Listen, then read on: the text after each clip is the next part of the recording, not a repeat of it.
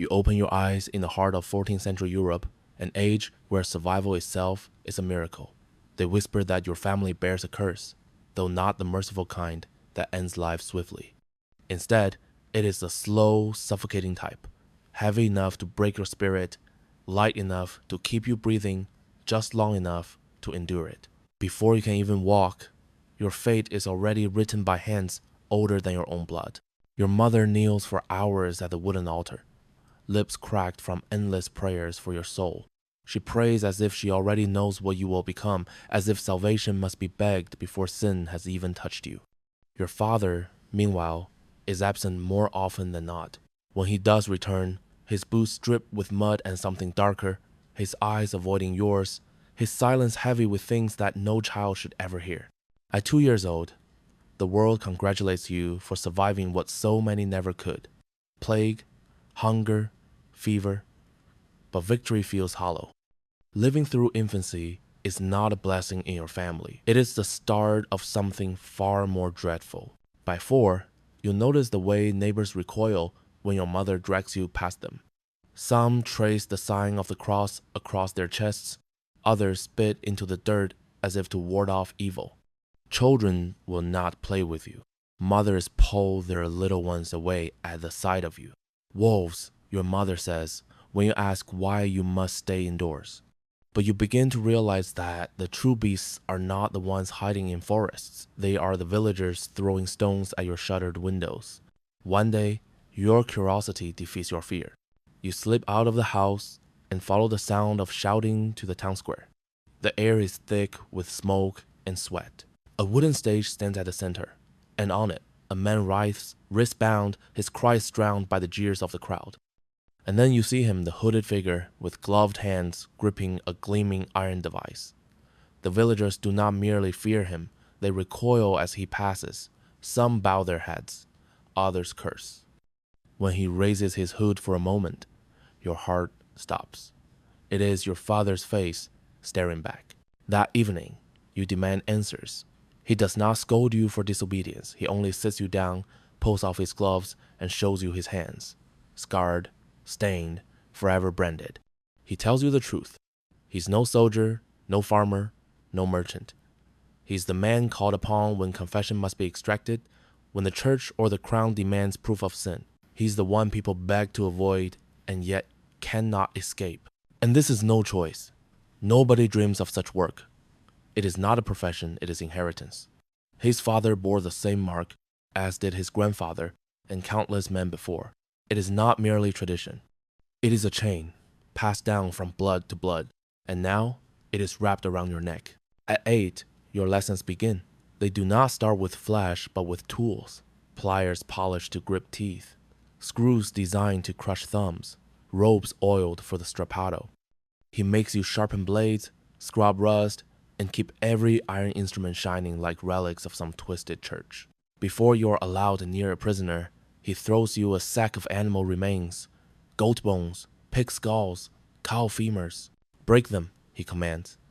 And you do, hour after hour, learning how bone splinters, how sinew tears, how much pressure it takes to destroy without killing outright. The stench seeps into your skin. It clings to your hair, your clothes, your breath.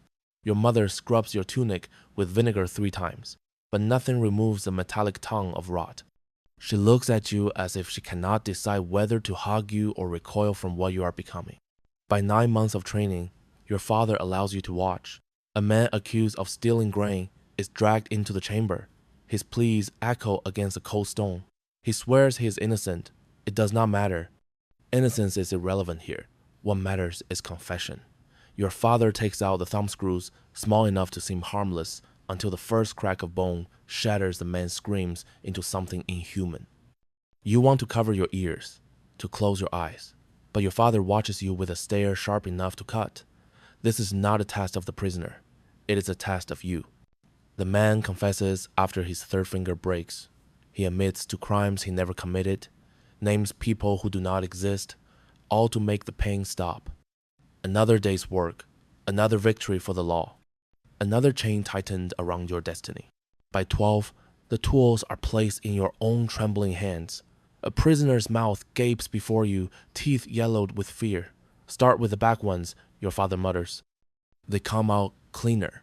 You hesitate, but his hand clamps on your shoulder, not tender, but heavy with threat.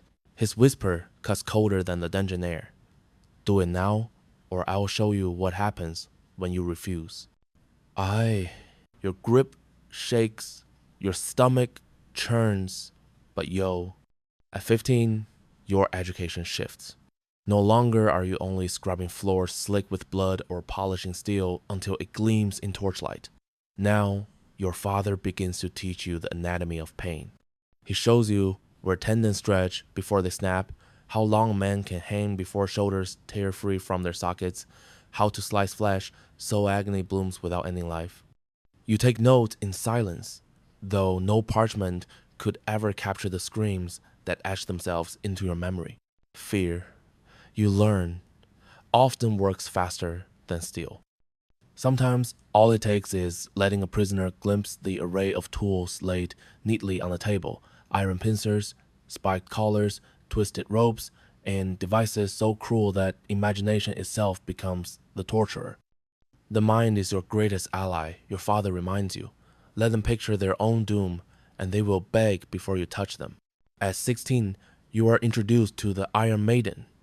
The coffin-shaped sarcophagus bristles with spikes inside its dark embrace. Your father demonstrates on a trembling thief, showing you where the points pierce flesh but miss the heart and lungs. The man shrieks as the door closes, each scream muffled but not silenced. Your father speaks over the noise, calmly, as if explaining carpentry. The art is not in killing, he says. The art is in prolonging, in keeping them alive long enough to speak. You understand then that cruelty here is not chaos, it is a craft. By 17, the rack becomes your companion. The heavy wooden frame groans as ropes tighten, pulling limbs apart like wet clay. Listen to the breath, your father advises. When it rattles, release. When they plead, tighten. Always keep them at the border of breaking. The lesson burns into you as deeply as the scars on the men who endure it. At 18, your first solo task arrives. A woman is accused of witchcraft because her neighbor's cow has died. You begin cautiously, laying the tools before her, waiting for her voice to tremble into confession. She denies every word, swearing innocence through sobs. Before you can press further, the church officials intervene. They accuse you not of weakness, but of mercy. To prove your loyalty, they force you into an ordeal, plunging your hand into boiling oil to let God decide if you are fit for this work. The skin blisters instantly, the agony nearly blinds you. Days later, when the wound heals cleanly, the priest declared divine approval. You are bound tighter than ever. You return to the chamber with your hands still raw. The woman still denies, so you string her by the arms until joints crack like branches in winter. Still, she resists. At last, you whisper of her children what might happen to them if her silence continues. That breaks her faster than any iron. She confesses to curses, broomsticks, midnight dances with the devil. Lies all, but the crowd does not care. They cheer as her body burns in the square, praising your skill. You feel only sickness gnawing in your gut. Years pass. You grow into your 20s, and the craft becomes second nature. Your name begins to carry weight beyond the town. Criminals shudder when they hear it whispered. Judges recommend you personally for the most stubborn cases. You develop methods, experiment with techniques, record the time it takes for each subject to surrender. A thief lasted 47 minutes before breaking. A heretic needed only the sight of the Iron Maiden. You catalog suffering like a scholar catalogs books, but skill brings no comfort. The villagers shrink further from you. Mothers hush their children when you pass, as though your very shadow stains them. Priests nod politely but never invite you to sit among them. You are necessary, yet never accepted. Respected only for the fear you inspire, never for the man you are. Loneliness gnaws at you. You seek company in taverns, drowning memories in sour wine, but nightmares rise each night regardless. When women refuse your hand, you turn to a brothel, where one weary soul accepts your coin not with love, but with understanding. She too is cast aside by society, her touch carrying no judgment, only survival. In her arms, you find the closest thing to belonging that your cursed path allows. By 30, you are at your peak. Strong hands, unshaken by screams, a mind sharp with knowledge of both body and fear. They call you many names: breaker of bones, collector of confessions, servant of justice. But behind those titles lies the truth. You are a man hollowed out by the very work that keeps you alive. Every cry echoes inside you, building a cathedral of anguish that no wine, no woman, no prayer can silence. And deep down, you know, this is only the beginning. Your 30s pass in a blur of chains, screams, and confessions. You are no longer the boy who trembled at the sight of blood. Now you are the man people whisper about in taverns, the shadow that makes thieves break into tears before the first question is asked. Judges summon you by name, nobles praise you behind closed doors while publicly spitting at the ground when you walk by. Your reputation is both your armor and your prison. The work never gets easier. Every prisoner has a face. Every cry belongs to a living soul. But habit dulls horror, turning anguish into routine. You know which tendon snaps first when a body is stretched. You know exactly how many turns of the rack a man can endure before joints tear from their sockets. You know how long someone can be held underwater before the line between survival and death vanishes. Knowledge has made you efficient, disturbingly so. Yet knowledge cannot drown memory. At night, faces return. They press against your dreams, mouths open in endless screams. You wake drenched in sweat, throat raw from shouting into the dark. Wine dulls the edge, but never enough. Soon the bottle is your only steady companion. Society offers no solace. No neighbor greets you. Children flee when you approach. Women turn away, fearful of the hands that have broken so many bones. And so you find yourself in the arms of the one who understands rejection best, a woman of the brothel, weary and scarred in her own way. She shares your nights not with tenderness but with acceptance. Together, you form a household of outcasts, bound by mutual exile. In time, she gives you children, twin boys. For the first time in decades, you feel something other than despair. Hope stirs faintly. Perhaps they will not walk your path. Perhaps the curse can be broken. But curses are not so easily undone. At 40, your body begins to betray you. Hands once steady now tremble after years of iron and rope. Your grip falters, your calculations slip. One day, you tighten the rack too far, too quickly. Bones snap, the prisoner dies before a confession, the judge rages, spitting that you have robbed him of proof. Rumors spread. The bone breaker has lost his touch. Confidence in you wanes. Mistakes multiply.